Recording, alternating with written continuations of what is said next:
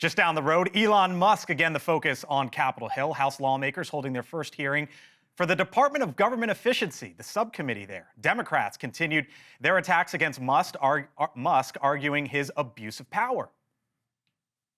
If we're going after waste, fraud, and abuse, let's start with abuse. Abuse of power. As of yesterday, there were 55 lawsuits under consideration by the federal courts across our nation as a result of Elon Musk's and President Trump's unlawful acts. Republicans defended Musk and DOGE, acknowledging how much money they say the government is wasting. We're uncovering what could be the biggest money laundering scandal in American history. Not a single company, governor of any state would ever turn down Elon Musk and his team of DOGE from coming in and providing free services to right the course and financially in any state or organization. It comes just one day after Musk appeared alongside the president in the Oval Office as an executive order was signed giving DOGE the power that the president wants it to have. Joining me now is the Democratic congressman from the state of New York, Dan Goldman. Congressman, thanks for being with us tonight. Thank you. Here on the Hill. So what about that? We're going to be talking to Eric Burlison, by the way, coming up. But what about that argument from Congressman Burlison? President Biden had submitted a budget request of $55 billion for management advisory. The argument is, hey, if you can get the greatest innovator of our time to come in and look at this for free, why not?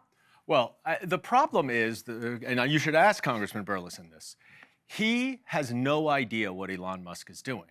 I have no idea what Elon Musk is doing. You have no idea. The president doesn't know what Elon Musk is doing. All we know is what he tells us. And how can you determine in the span of hours that something is waste, fraud, and abuse? That requires follow-up. There's no accountability. There's an entire subcommittee on the Oversight Committee, right, which is related to DOGE. What are they doing in terms of accountability and oversight? Congress has just yielded all of its power. The Republicans have just handed over all of congressional power and oversight to Elon Musk. Are they doing what the Government Accountability Office said they should, though? Because there was a report last year. No area of the federal government is immune to fraud. We estimated that the federal government could lose $233 billion to $521 billion annually to fraud. The government's saying someone's got to do this. Absolutely, and I agree. I mean, we need to root out waste and fraud in our government. We need to make our government more efficient. The question is, how are we doing it?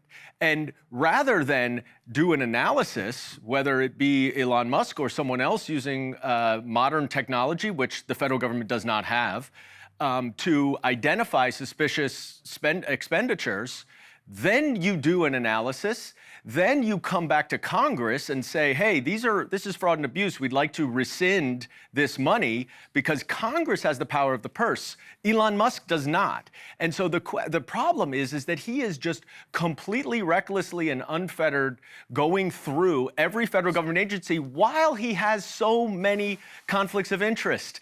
He has over $13 billion of government contracts himself. So do you want him to be deciding which government contracts? So there seems to be a lot of focus from Democrats on Musk, right, and on DOGE.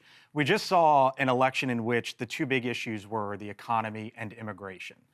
And I'm looking at Senator Schumer and Congresswoman Waters out there at the front of the Department of Education going up on cameras. And I'm just sitting back here thinking to myself, Congressman, does your party need to focus more on the economy? Because there was a new poll out from just the other day. Trump's focus on lowering prices. 66% of the country says it's not enough. Eggs, the searches for eggs on Google right now are spiking. And yet all the focus, or a lot of it, is on Musk and DOGE. And I wonder if your party needs to start looking elsewhere. Well, I think we are focusing on the cost of living.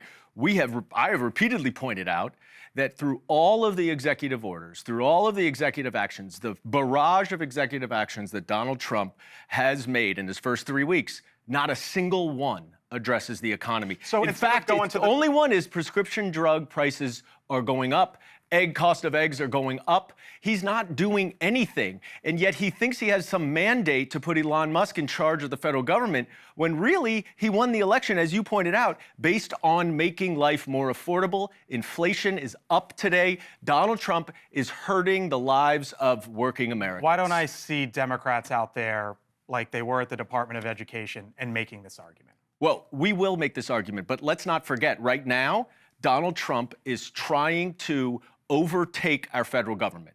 There is a crisis of democracy. What do you mean by that? Donald Trump is, he is the president. Is usurping the power of Congress. He is putting someone with egregious conflicts of interests in charge of cutting our executive branch agencies, both in terms of funding and personnel. He's gutting the agencies that are investigating him. There are 32 investigations, according to the New York Times, of his companies. He's gutting those investigations, and there's no oversight. No one has any idea what he's doing. The problem is not waste, fraud, and abuse, Blake. That's very important to understand.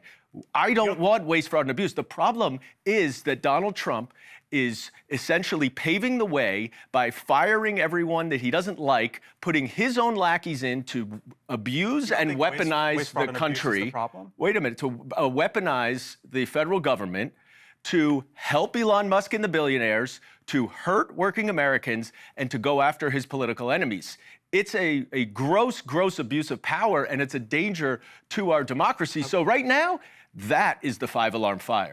I want to ask you about immigration, because the public is clearly behind deporting illegal immigrants. New York Times polls 66%. If they're criminals, 80 in the mid to high 80s. The Attorney General, Pam Bondi, came out today and basically said she's filing a lawsuit against some of the biggest leaders in New York.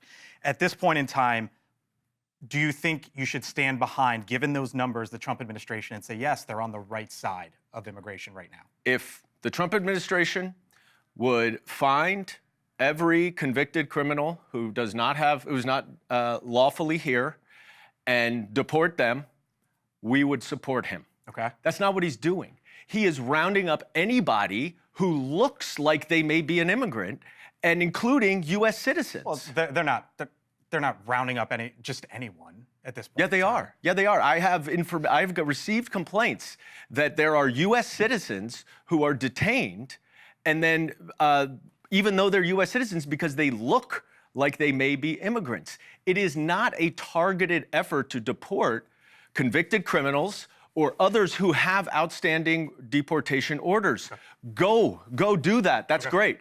But that's not what he's doing. I'm coming up against time here, Congressman Goldman from New York. We could do this all night, but I got to run. You understand?